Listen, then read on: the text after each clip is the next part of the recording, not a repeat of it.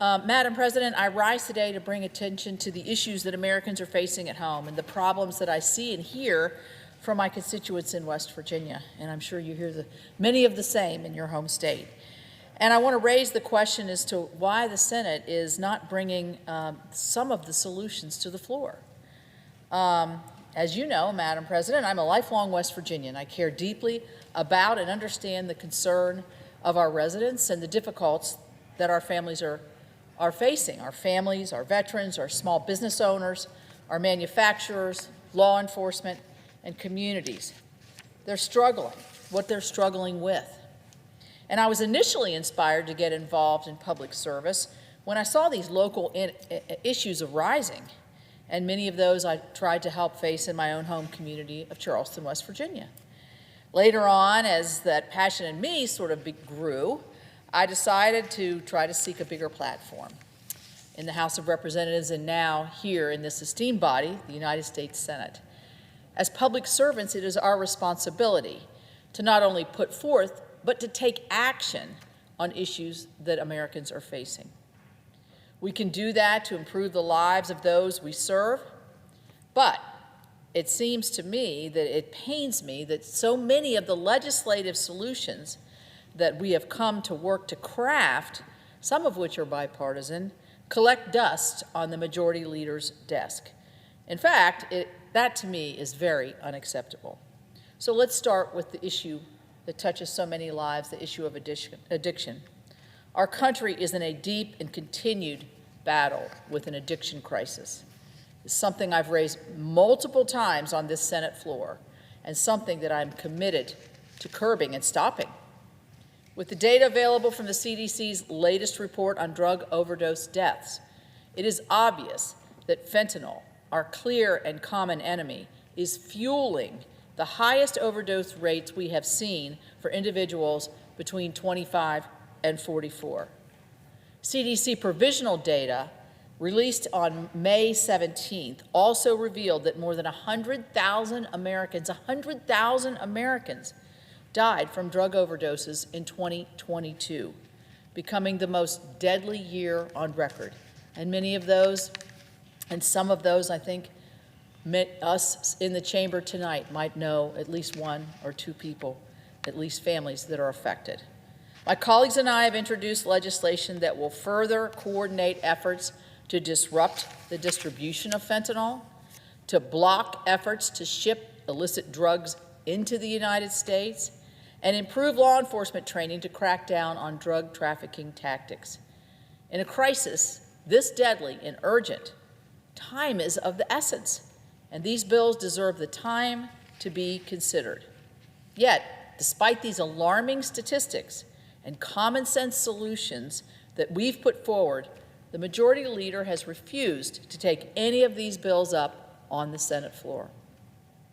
Regarding law enforcement, over the weekend we had one of the saddest things happen in our state of West Virginia. A West Virginia state trooper was tragically killed in the line of duty. Our hearts are broken with the loss of Sergeant Corey Maynard. He was only 37 years old. He had a wife and 2 children. It is a very tragic, tragic story. Our brave law enforcement officers defend communities across our states from crime and work incredibly hard to help keep our cities and towns safe. They are the first to answer the call. They continuously show courage and heroism.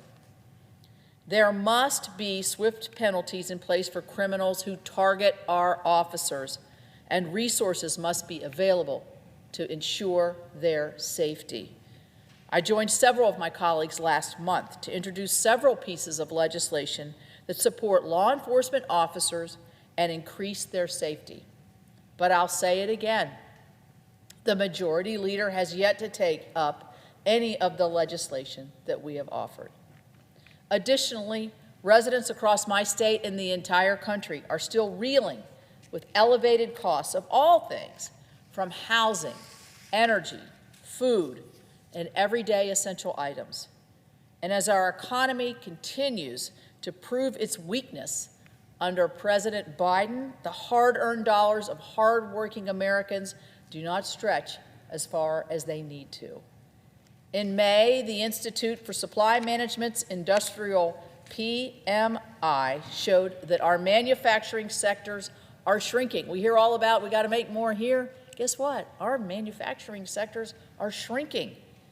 Extended pressure on manufacturing output and prices for goods has been caused by higher interest rates, increased cost of living, and complete economic uncertainty. And this further restricts our ability to make things in this country. That's why I have introduced the American Investment in Manufacturing Act.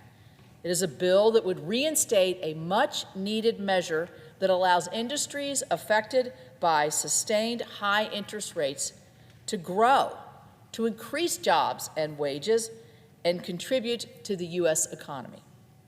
It is past time that this body stand with American manufacturing, our small business owners, and the employers and employees that keep this great country running. My colleagues and I continue to put forward solutions that invest in an all-of-the-above energy plan, innovative ways to utilize everything from conventional, renewable, and nuclear energy resources to build back our energy independence, solutions that rein in government spending. That attack that is a true cause of fraud, waste, and abuse that will saddle future generations with insurmountable debt. Solutions that provide proper resources to our veterans, those that have served our country and put their life on the line for our freedom, deserve our utmost respect and support. What makes this all the more frustrating is that the Senate has proven our ability to legislate in a bipartisan way. We've done so on multiple fronts in recent memory on issues like infrastructure, American competitiveness, and just last week as we acted to raise the debt ceiling and avoid economic catastrophe. There is no reason why this body should be hamstrung on addressing the biggest needs of our country and improving the lives of our residents in the areas where they need it the most. I understand that floor time is a precious commodity, especially knowing that we have to take up action on several must-pass pieces of legislation.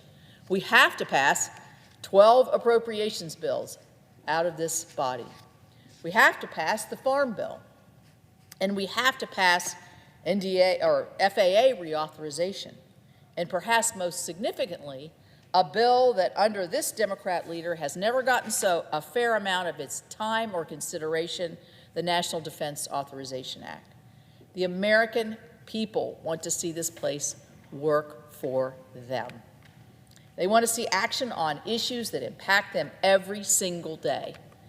I encourage the majority leader to heed the concerns of our constituents and join in our efforts to provide the answers American families and communities are desperately looking for.